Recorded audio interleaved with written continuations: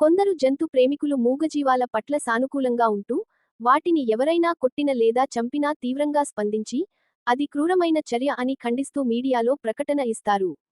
వాటిని చంపితే పోలీస్ కేసులను కూడా పెడుతున్నారు. ఉదాహరణకు, వీధి కుక్కలు, పాములు. వారిలో ఉన్న జంతు ప్రేమను మనం అభినందించాల్సిందే. కానీ ఇక్కడ ఒక విచిత్రమైన వాస్తవం దాగి ఉంది. కుక్కలు, పాములు మనుషుల ప్రాణాలకు ప్రమాదకారులు. ఇవి కరిసి చనిపోయిన వారు అనేక మంది ఉన్నారు.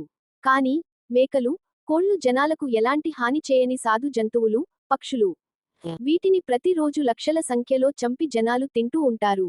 కానీ, ఈ జంతు ప్రేమికులు, ఏనాడు ఏ ఒక్క మాంసం దుకాణం ఎదుట నిరసన కార్యక్రమం చేపట్టిన దాఖలాలు లేవు. మూగజీవాలైన మేకలను కోళ్లను చంపుకు తినవద్దని, కనీసం పత్రికల్లో ప్రకటన ఇచ్చిన సందర్భం కూడా లేదు. మనుషులను చంపుతున్న కుక్కను, గౌరమ్మ తల్లి అని, పామును, నాగదేవత అని పూజిస్తారు. ఇది విచిత్రమైన వాస్తవం. ఇక్కడ ఉన్న కార్టూన్లో కొందరు మహిళలు, ఒక పుట్ట వద్ద, నాగదేవతకు పూజ చేయడానికి వచ్చారు. పాము బయటకు వచ్చేసరికి, భయపడి అందరూ పారిపోయారు. దేవత కోసం పూజ చేస్తూ, దేవత రాగానే పారిపోవడమేమిటి చిత్రం కాకపోతే?